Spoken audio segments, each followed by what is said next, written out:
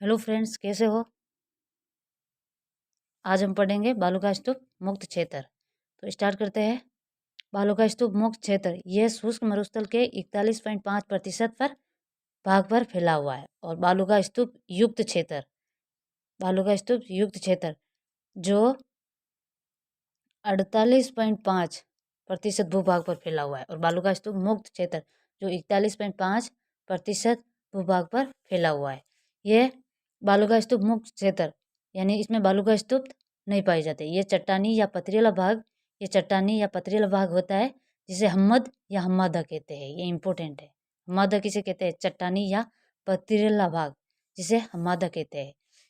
इस क्षेत्र में टर्सियरी पीरियड की अवसादी चट्टानें पाई जाती है। यानी बालू का स्तूप मुक्त क्षेत्र जिसमें अवसादी चट्टानें पाई जाती हैं वो भी टर्सियरी पीरियड की अवसादी चट्टानें पाई जाती है। और अवसादी चट्टानें मजबूत होती है तो चूना पत्थर की अधिकता के कारण मजबूत होती है। चूना पत्थर अधिक मात्रा में पाया जाता है।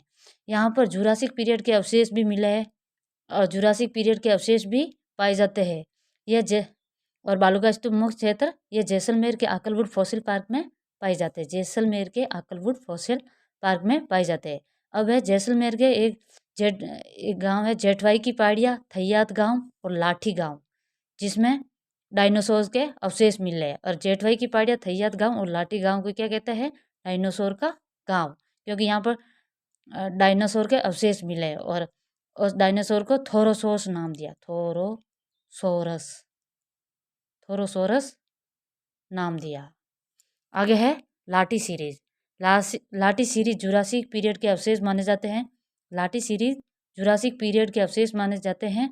और यह भूगर्भिक जलपट्टी या अवसादी चट्टानों का समूह है।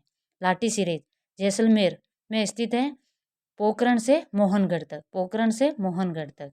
ये कहाँ पर स्थित है? जैसलमेर के पोखरण से मोहनगढ़ तक। जैसलमेर के पोखरण से मोहनगढ़ तक। और लाठी सीरीज किसको कहते हैं? भूगर्भिक जलपट्टी या अवसादी चट्टानों का समूह। आगे है थार का घड़ा। चंदन नलकूप को थार का घड़ा कहते हैं। यह थार का घड़ा मीठे पानी का एक कुआं है। मीठे पानी का